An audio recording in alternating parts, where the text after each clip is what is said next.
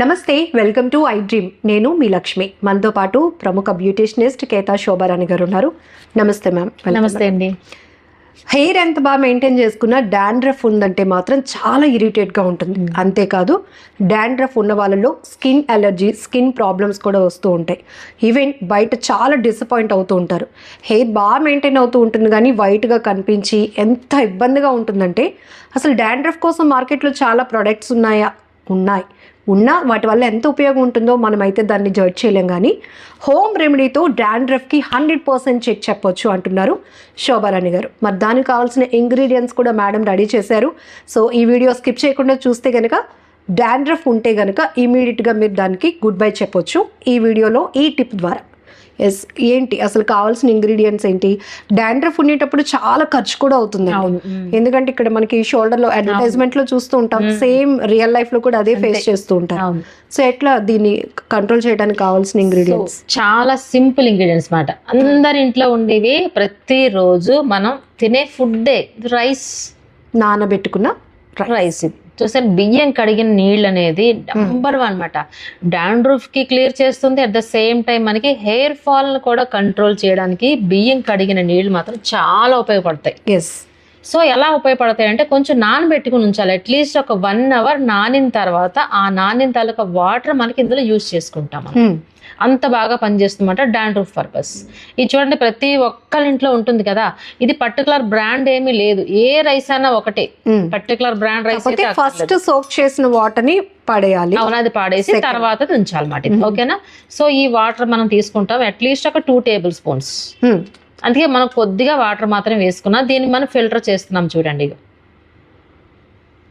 సరిపోతుంది. అయితే ఇక్కడ కొంతమందికి ఇది కూడా డౌట్ ఉంటుంది, 2 spoons కోసం ఇంత రైస్ కావాలా అని. బట్ ఎక్కువ క్వాంటిటీ రైస్ తీసుకుంటే తక్కువ వాటర్ వేస్తే దాంట్లో పోషకాలు ఎక్కువ ఉంటాయి. వ్యాలిడ్ పాయింట్, కరెక్ట్ గా చెప్పారు, అది వ్యాలిడ్. ఓకే, నెక్స్ట్ ఏం చేస్తామంటే మనకి ఆనియన్, సో ఉల్లిపాయ. ఈ ఉల్లిపాయ జ్యూస్ కూడా మనకి 2 tablespoons కావాలన్నమాట. సో ఉల్లిపాయతో కూడా చాలా బెనిఫిట్స్ ఉన్నాయి. ఇది వరకు కూడా మనం చెప్పుకున్నమాట. ఇది కూడా హెయిర్ ఫాల్ కంట్రోల్ చేస్తుంది, at the same time dandruff అనేది క్లియర్ చేస్తుంది. ఓకే, సో దీన్ని ఇంత చిన్న ఉల్లిపాయని మనం మిక్సీ జార్లో వేసి పేస్ట్ చేసి మనం జ్యూస్ చేయలేం కాబట్టి ఈ విధంగా మనం తురిమేసుకుంటాం. పీలర్తో తురుముకుంటున్నాం ఇలా. ఓకే, ఈ విధంగా తురిమేసుకుంటాం. సో ఎలాంటి డాండ్రఫ్ అయినా తగ్గాల్సిందే మాట ఈ విధంగా చేస్తున్నట్టు. ఎంత మంచి డ్రెస్సింగ్ లో ఉన్న డాండ్రఫ్ అనేది ఎంత ఇరిటేట్ చేస్తుందంటే మనల్ని. అందులో డార్క్ కలర్ డ్రెస్సెస్ అంటే లైక్ బ్లాక్, బ్లూ ఇలాంటివి మనం డ్రెస్సింగ్ వేసుకున్నప్పుడు డాండ్రఫ్ కనిపించింది అంటే చాలా ఇరిటేటింగ్ గా ఉంటుంది మనకి కూడాను. హెయిర్ స్టైల్స్ చేసుకోవడానికి కూడా కొంచెం ఇబ్బంది పడతారు. డాండ్రఫ్ ఉంటే మనకి ఇచ్చింగ్ కూడా వచ్చేస్తుంది అనమాట. ఇందాక మీరు అన్నట్టు స్కిన్ ప్రాబ్లమ్స్ కూడా వస్తాయి. అది ఎక్కడ వస్తాయి స్కిన్ ప్రాబ్లమ్స్? మనకి ఫేస్ మీద అంటే ఫోర్ హెడ్ మీద వస్తూ ఉంటాయి పింపుల్స్ లా. సో నెక్స్ట్ మనకి షోల్డర్ మీద వస్తూ ఉంటాయి ఇలా పింపుల్స్ లా. అదన్నీ బాగుండదు కదా చూడడానికి. సో అందుకని డాండ్రఫ్ క్లియర్ అయితే ఆటోమేటిక్గా ఇవన్నీ ఫోర్ హెడ్ మీద ఉన్న పింపుల్స్ లా ఉన్నవి, షోల్డర్ మీద ఉన్న కూడా క్లీన్ అయిపోతాయి అన్నమాట.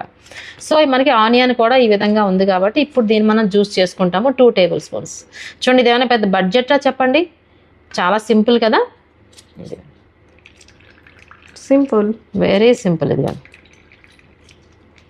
అదిగోండి. సో ఈ 2 మనం చాలా పవర్ఫుల్ ఇంగ్రీడియంట్స్ మనం యూజ్ చేస్తున్నాం ఫర్ డాండ్రఫ్ పర్పస్.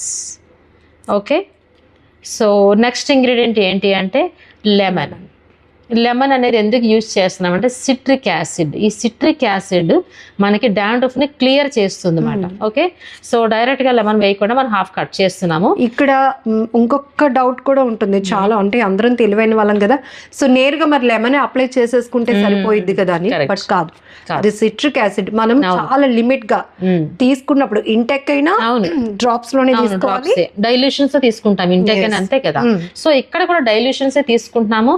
చాలా మందికి, నాకు తెలిసిన వాళ్ళు కొంతమంది చెప్తూ ఉంటారు, డాండ్రఫ్ ఉంటే ఇలా లెమన్ తీసుకుని పైన అద్దిస్తుంది. అసలు అలా చేయకండి, ఎందుకంటే అదంతా మీకు ఖచ్చితంగా అక్కడ మీకు సిట్రిక్ యాసిడ్ ఉంటుంది కదా. సో అందుకని సో ఇక్కడ లెమన్ డ్రాప్స్ వేసుకోవచ్చు. ఇంచుమించుగా ఇప్పుడు డైల్యూషన్స్ ఉంది కాబట్టి ఒక 20 వరకు అంటే 1/2 tablespoon వేసుకోవచ్చు. అండ్ స్కిన్ అయినా హెయిర్ అయినా వెరీ సెన్సిటివ్ కాబట్టి మనం దీన్ని చాలా లిమిట్ గా యూజ్ చేయాలన్నమాట. ఇక్కడ చూస్తున్నారా ఇప్పుడు చక్కగా నీట్ గా మనకి పవర్ఫుల్ డాండ్రఫ్ లిక్విడ్ అనేది తయారైంది చూసారా, చాలా ఎఫెక్టివ్ గా పనిచేస్తుంది. ఎంత బడ్జెట్ ఖర్చు అయింది ఇక్కడ మనకి, ఎంత టైం అయ్యింది అంతే కదా. కాటన్ తీసుకొని చేసుకొని అంతే మనకి స్కాల్ప్ పైన అప్లై చేసుకోవాలి, అంతే సింపుల్. చూసారా అది కూడా క్లీన్ హెయిర్. ఓకే, సో ఇప్పుడు మనకి డాండ్రఫ్ పర్పస్ అయితే మంచి లిక్విడ్ అనేది తయారైపోయింది కదా ఇక్కడ. సో ఫస్ట్ ఆఫ్ ఆల్ ఏం చేస్తామంటే డాండ్రఫ్ కోసం ఇది ఏం చేస్తామంటే ఫస్ట్ ఏదైనా సరే క్లీన్గా ఉండాలి. మనకి క్లీన్గా ఉన్న స్కాల్ప్ మీదే మనకి ఇది అప్లై చేస్తాము. ఇది ఓవరాల్ హెయిర్ అంతా మాత్రం అక్కర్లేదు. డాండ్రఫ్ ఎక్కడ ఉంటుంది, స్కాల్ప్ మీద ఉంటుంది కదా. సో స్కాల్ప్ అంతా క్లీన్గా ఉండాలంటే షాంపూ వాష్ చేసుకున్న తర్వాత మనం ప్రిపేర్ చేసుకున్న లిక్విడ్ని అప్లై చేసుకోవాలి.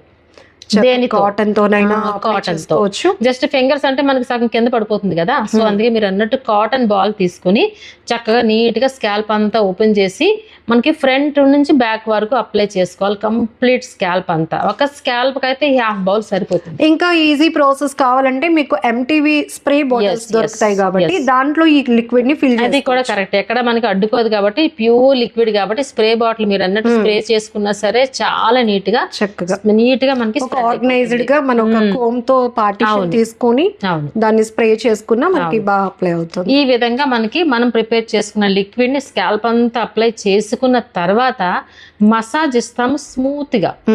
అలా విడిచిపెట్టేయకూడదు. స్మూత్ మసాజ్ ఇలాగా ఫింగర్స్ తో స్మూత్ మసాజ్ ఇస్తాము 5 to 10 minutes.